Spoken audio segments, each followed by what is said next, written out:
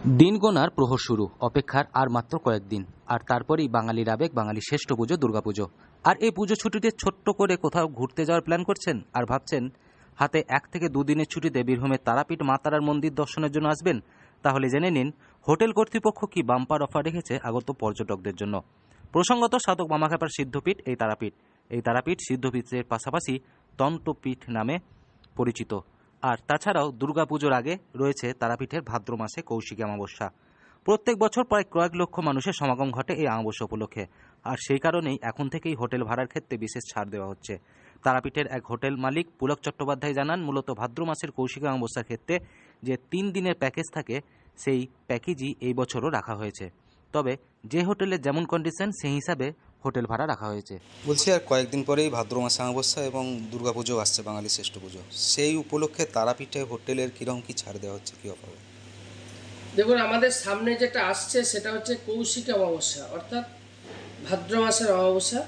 এবং এই অমাবস্যাটা তারাপীঠে কয়েক লাখ লোকের সমাগম হয়। সেই উপলক্ষে আমাদের হোটেল অ্যাসোসিয়েশন থেকে একটা মিটিং হয় প্রত্যেক বছর, এবারও হয়েছে।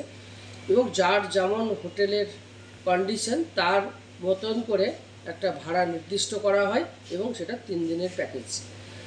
তবে এটাতে খুব বিশেষ ছাড় হয়তো আমরা দিতে পারি না, কারণ এটা আমাদের এই ব্যবসাটার উপরে আগামী 2 মাসের ব্যবসা, অর্থাৎ তারপরে তারাপীঠে একটু হালকায় থাকে, সেই ব্যবসাটা আমাদের করতে হয়, স্টাফের বোনাস দিতে হয়, অনেক কিছুই এই অমাবস্যাটার উপর আমাদের নির্ভর করতে হয়।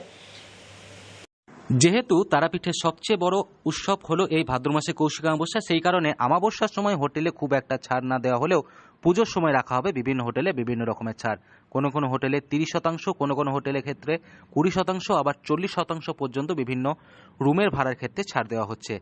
তবে আপনি চাইলে পেতে পারেন এক বিরাট সুযোগ। আপনি যদি এখন থেকেই পুজোর জন্য বুকিং করে রাখেন, সেই ক্ষেত্রে প্রায় 50% ছাড় দেওয়া হবে বলে জানান অন্য এক হোটেল ব্যবসায়ী।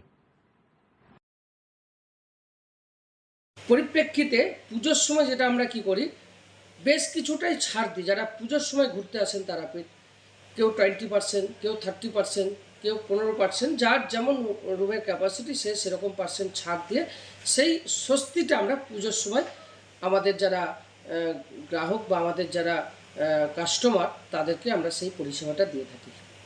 পুজোর সময় মূলত কেমন ভিড় হয়? পুজোর সময় দেখুন যে ভিড়টা হয় অষ্টমী, নবমী এবং একাদশী থেকে আবার কিন্তু পুরোপুরি খুলে যায়।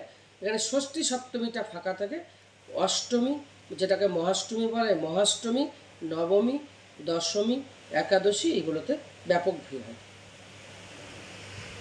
বীরভূম থেকে সৌভিক রায় রিপোর্ট, লোকাল 18 বাংলা।